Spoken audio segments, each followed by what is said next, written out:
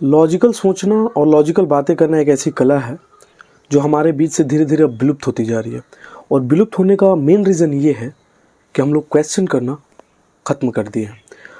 अब क्वेश्चन चाहे अपने आप से करें या सरकार से करें, बात एक ही है। अगर अपने आप से आप क्वेश्चन करना बंद कर देंगे तो आपकी प्रगति रुक जाएगी, और अगर आप सरकार से क्वेश्चन करना बंद कर देंगे तो देश की प्रगति रुक जाएगी। किसी भी व्यक्ति को इस आधार पे कि वो सरकार से क्वेश्चन कर रहा है, हम कभी ये नहीं कह सकते कि वो गद्दार है, वो देशद्रोही है या वो देश के खिलाफ बातें कर रहा है। सरकार से क्वेश्चन करना आज से नहीं, जब से हमारा देश आज़ाद हुआ तभी से की जा रही है। और जिस दिन सरकार से क्वेश्चन करना बिल्कुल बंद हो जाएगा, उस दिन हमारी देश बिल्कुल राजा महाराजा की स्थिति में चली जाएगी और उस समय का शासनकाल हमारे ऊपर हो जाएगा। हम अगर क्वेश्चन करना बंद करेंगे तो हमारी जो आने वाली पीढ़ी है उसको दिक्कत होगा, और आने वाली पीढ़ी हमें ज़रूर गाली देगी कि हम लोग उस समय सरकार से अगर क्वेश्चन कर लिए होते इस चीज़ के लिए तो आज हमें ये दिन ना देखना पड़ता। मैं बात करने वाला हूँ एक ख़ास मुद्दे पे। हम छोटे छोटे थे यार, जब नरेंद्र मोदी की सरकार पहली बार भारत में आई और केंद्र में बहुमत के साथ इनको पीएम बनाया गया। बड़ी खुशी की बात हुई, काफ़ी चेंज आने वाला था और काफ़ी सारे वायदे भी किए थे नरेंद्र मोदी जी ने। 15 लाख आएंगे या अलग अलग तरीके के, और 15 लाख को भले अमित शाह ने खुद एक जुमला बता दिया, चुनावी जुमला बता दिया, वो बात अलग है, लेकिन कई सारे वादे नरेंद्र मोदी जी ने किए थे जिसके कारण उनकी सरकार आई। अब जब उनकी सरकार आई तो लोगों को लगा कि अब एक देशभक्त देश को मिल गया है, एक भारत का लाल अब देश को चलाएगा, तो देश काफ़ी सेफ हैंड में है। अब इसी समय दो तरीके के लोग हो गए, एक वो जो बीजेपी के विरोध करते थे और एक वो जो बीजेपी के सपोर्ट करते थे। अब बीजेपी के जो सपोर्टर्स थे वो अपने आप को देशभक्त कहने लगे, और जो भी व्यक्ति सरकार के खिलाफ बोलता था उसको देशद्रोह का टैग दिया जाता था। अब ये धीरे धीरे आगे बढ़ा। जैसे ही आगे बढ़ा तो जितने भी बीजेपी के समर्थक थे उनमें कुछ ऐसे लोग थे जो बिना किसी तथ्य, बिना किसी ज्ञान और व्हाट्सएप पे सर्कुलेटेड मैसेज का ज्ञान लेकर पब्लिक प्लेस में बोलना शुरू कर दिए। अब वैसे लोगों को एक पर्टिकुलर नाम दिया गया जिसे हम अंधभक्त कहते हैं। अब अंधभक्त क्या होता है यार? अंधभक्त वे प्राणी होते हैं जो बिना किसी ज्ञान, बिना किसी तथ्य और बिना किसी प्रूफ के ऐसी बातें बोलेंगे जिससे लगेगा कि उनसे बड़ा देशभक्त इस दुनिया में कोई नहीं है। अगर आप सरकार के खिलाफ क्वेश्चन करते हैं किसी भी पर्टिकुलर मुद्दे पे, तो वो आपको देशद्रोह घोषित करेंगे और बार बार आपको ऐसी चीज़ों का हवाला दिया जाएगा कि अगर ये सरकार नहीं रहे तो आप खाने पे आफत हो जाएंगे। मैं बात करने वाला हूँ 5 ऐसे पॉइंट्स की जो आजकल के अंधभक्त अपने अंदर समेटे हुए हैं। और वीडियो शुरू करने से पहले मैं खास बात कुछ बताना चाहूँगा जिससे जो हमारे प्यारे अंधभक्त गण हैं उनकी थोड़ी सी आँख खुले और मुझे कम से कम देशद्रोह का टैग ना दे। भारत, आप लोगों को पता है, 5 साल पीछे इकोनॉमी में चली गई है। हम लोग 5 साल बैक स्लाइड कर चुके हैं।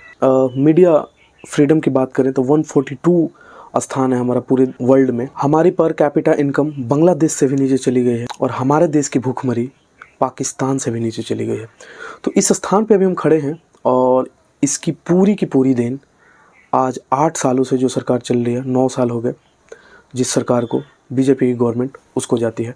इसके पहले ये स्थिति थोड़ी अच्छी थी, लेकिन जब से बीजेपी गवर्नमेंट आई है तब से हम बैक स्लाइड ही करते जा रहे हैं। तो ये मैं तथ्य के साथ बात कर रहा हूँ, और प्लीज़ जब भी ये वीडियो आप देखें तो मेरे व्हाट्सएप पे कुछ व्हाट्सएप सर्कुलेटेड मैसेज ना भेजें, ताकि मेरे को आप ये सोच रहे हो कि उन मैसेज से मैं ज्ञान ले लूँगा। ऐसा बिल्कुल नहीं। तो चलिए शुरू करते हैं 5 पॉइंट्स अंधभक्त के, और क्या क्या अंधभक्त के गुण होते हैं सब कुछ पूरे डिटेल में बताऊँगा।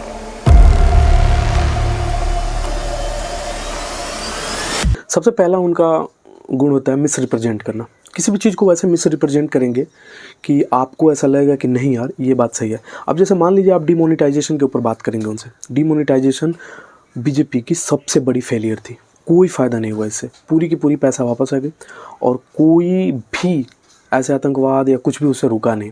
उल्टा हमारे देश के जो आम नागरिक थे उनको बहुत घाटा हुआ, बहुत सारी परेशानियां झेलनी पड़ी। लेकिन जैसे ही आप डिमोनेटाइजेशन की बात करेंगे तो ये बोलेंगे कि वो मास्टर स्ट्रोक था, उससे आतंकवाद रुका, आतंकवाद को जो पैसा ट्रांसफ़र हो रहा था वो रुका, काला धन वापस आया। कुछ नहीं हुआ भाई, कुछ नहीं हुआ।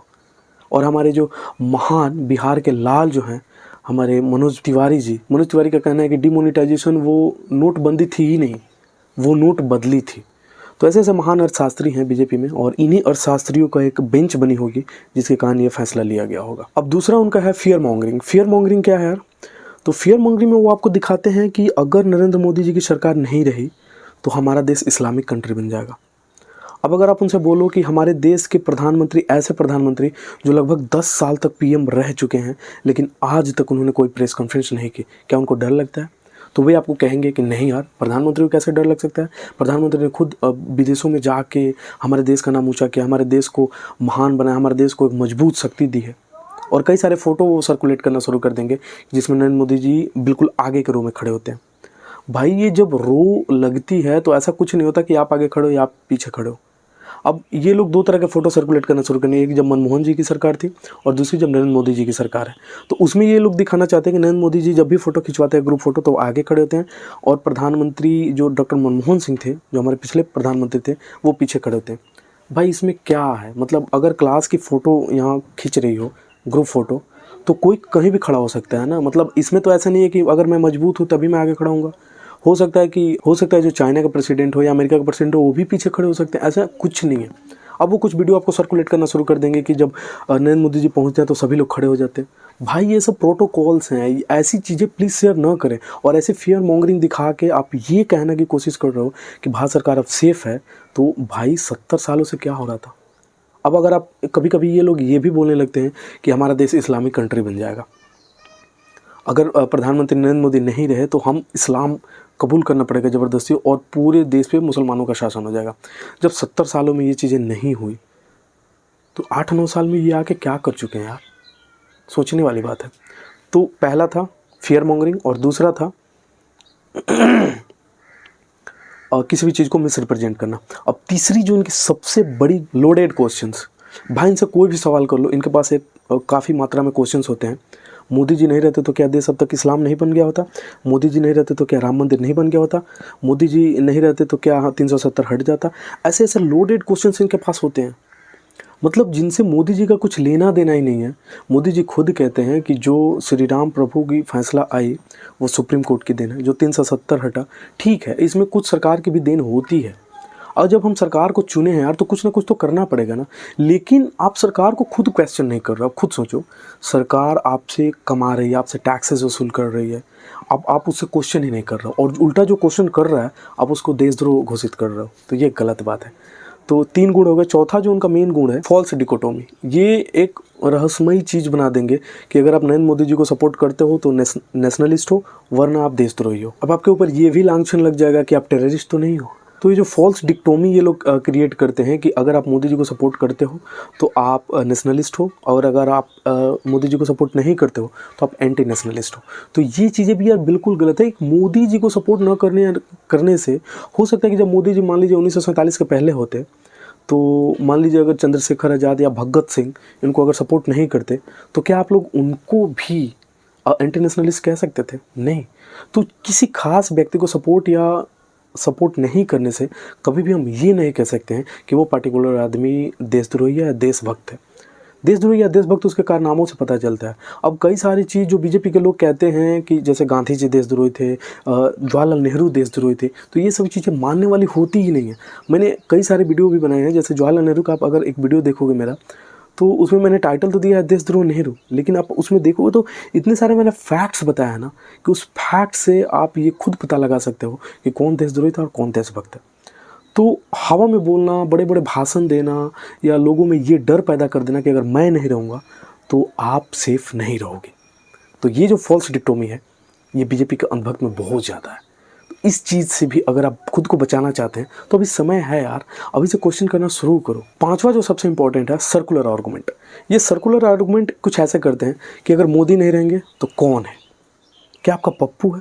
अब देखिए, अगर आप किसी अच्छे इंसान को या किसी तेज इंसान को या किसी पढ़े लिखे इंसान को अगर 20 लोग मिलके प्रतिदिन उसको गधा गधा गधा ऐसे कहने लगे तो अपने आप को बेवकूफ़ मानने लगा, या 20 की जगह पे 400 लोग भी उसको बेवकूफ़ मानने लगेंगे।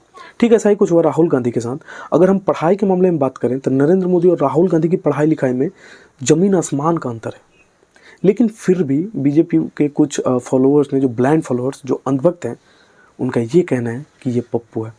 भाई अगर सामने बैठा के आर्गुमेंट करा दिया जाए, ठीक है, वो व्यक्ति इंग्लिश मीडियम से पढ़ा है, हो सकता है उसको हिंदी के कुछ वर्ड्स उसको नहीं पता है या हिंदी की ग्रामर कैसे होती है उसको नहीं पता। अब आप ये बोलोगे कि हिंदी का ग्रामर नहीं पता, आप देश की सेवा करेंगे, तो ये कहाँ लिखा है भाई? जो हिंदी नहीं बोल सकता वो देश की सेवा नहीं कर सकता। हमारे देश में कई सारे MLAs MPs हैं जिनको हिंदी नहीं आती। आप नॉर्थ में चले जाइए, आप ईस्टर्न इंडिया में चले जाइए, बहुत सारे आपको ऐसे MPs MLAs मिलेंगे जिनको हिंदी नहीं आती। तो फिर उनको क्यों पार्लियामेंट में आपने बैठा के रखा है? अब आप ऐसी चीज़ें, हो सकता है वो बड़े बड़े हस्तियां नहीं हैं जिनसे उनकी वीडियोस वायरल नहीं हो रही हैं, तो ऐसे सर्कुलर आर्गूमेंट में वो लोग देते हैं। तो ये रहे 5 अंधभक्त के गुण। और अगर आप भी अंधभक्त हैं तो खुद से यार क्वेश्चन करना शुरू करो कि क्या मैं सही कर रहा हूँ, क्या मैं सरकार से क्वेश्चन न करके किसका मैं सपोर्ट कर रहा हूँ। तो अगर आप सरकार से क्वेश्चन नहीं कर रहे हो तो आप अपने पैर पर कुल्हाड़ी मार रहे हो। अब हमारी गोदी मीडिया जो है, इनकी भी क्वेश्चंस कुछ इस तरीके से होते हैं, मोदी जी आपके अंदर ये फ़कीरी आती कहाँ से है? मतलब इस क्वेश्चन में साफ दिख रहा है कि मोदी जी को इन्होंने पहले ही फ़कीर मान लिया। आप भी मानो मोदी जी फ़कीर आदमी, इनके पास कुछ नहीं है, कोई काला धन नहीं है। तो ऐसे क्वेश्चंस। दूसरा ये लोग बोलेंगे कि क्या आप मोदी जी को करप्शन के खिलाफ साथ देंगे? मतलब ये पहले इनको एंटी करप्टेड बना देंगे कि ये करप्शन के बिल्कुल खिलाफ है। भाई आप मीडिया हो, आप उनके तहखाने में जाओ ना, आप ऐसे क्वेश्चंस करो। स्क्रिप्टेड क्वेश्चंस क्यों कर रहे हो? तो इन सारी चीज़ों से बचो यार, खुद दिमाग लगाओ, लॉजिकल सोचो, कुछ भी मत सोचो। कुछ भी जो हमारे नेता बोल रहे हैं वो खुद यार पढ़े लिखे नहीं होते, आप उनकी बातें क्यों मान रहे हो? तो क्वेश्चन करो और ज़्यादा से ज़्यादा क्वेश्चन करो, कोई भी सरकार हो, आपका फ़ायदा होगा। मिलते हैं नेक्स्ट वीडियो में एक नए मुद्दे के साथ। अगर आपको ये वीडियो अच्छा लगा और ऐसे ढेर सारी वीडियोज़ आप देखना चाहते हो तो मुझे सपोर्ट करें। सपोर्ट करने के लिए कुछ नहीं करना, ना ही कुछ पैसे खर्च करना, कुछ नहीं करना। सब्सक्राइब बटन दबा दो और आप बेल आइकन भी दबा देना। साथ में अगर आप फेसबुक पे देख रहे हो तो फॉलो कर लेना मेरे पेज को।